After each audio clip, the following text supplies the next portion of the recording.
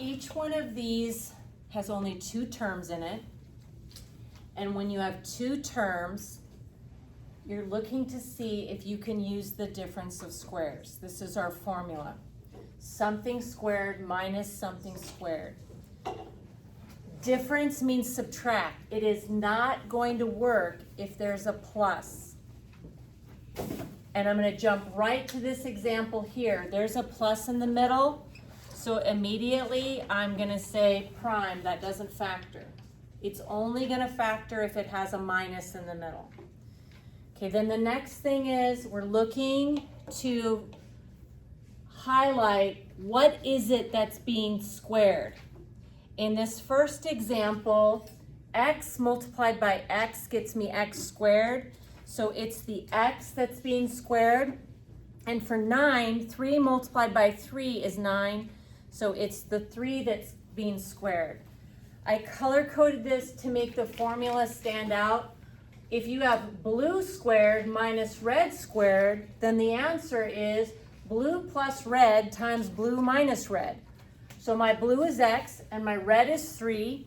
So this is going to be blue plus red, so x plus 3 times blue plus red, so x minus 3. We factored this. This is our answer. If you want to verify, you can FOIL x times x, x times negative 3, x times positive 3, and 3 times negative 3. And you notice that the middle, they go away, and I get x squared minus 9, and I'm back to the original. You can always FOIL to verify that you have it correct. Okay, but we're just going to jump to it here. 49 is a perfect square, and 25y squared is a perfect square. So I want to emphasize, what is it that's being squared?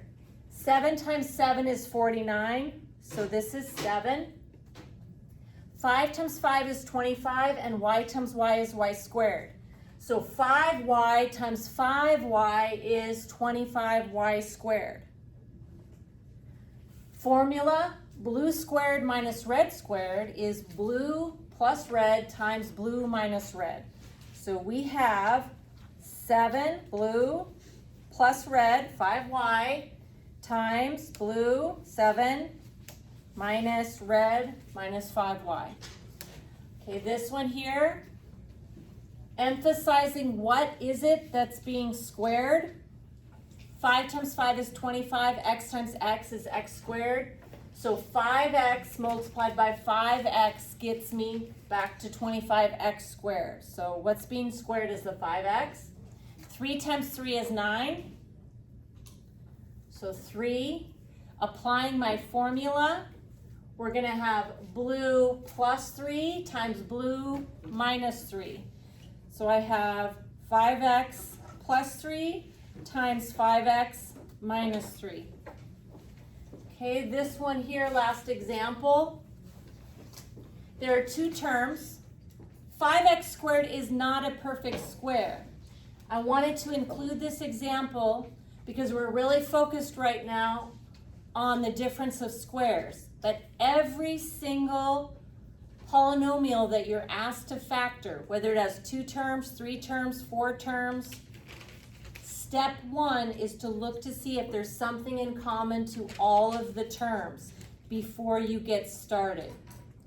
And in this one, 5x to the second and 500, they both have a 5 in common. So what I need to do before I try to use this formula is I want to factor out the 5 that's in common.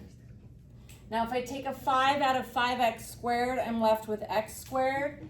And if I take a 5 out of 500, I'm left with 100. 5 divided by 5 is 1. 500 divided by 5 is 100. Now what's left over, focusing just inside the parentheses, we have subtraction and we have 2 terms. And both of these are perfect squares. To emphasize what's being squared, x is being squared, and 10 times 10, 10 is being squared. So factoring x squared minus 10 squared it's gonna be x plus 10 times x minus 10, and then bring down the 5. So I have x plus 10 and x minus 10. So don't forget that before you get started, to still look if there's something in common and take it out front. And maybe what's left over, let's just pretend for a second, what's left over is 5 times x squared plus 100, then I would be done. Factored form would be 5 times x squared plus 100, because plus doesn't factor any further. It would still be factored because I would have turned it into a multiplication problem.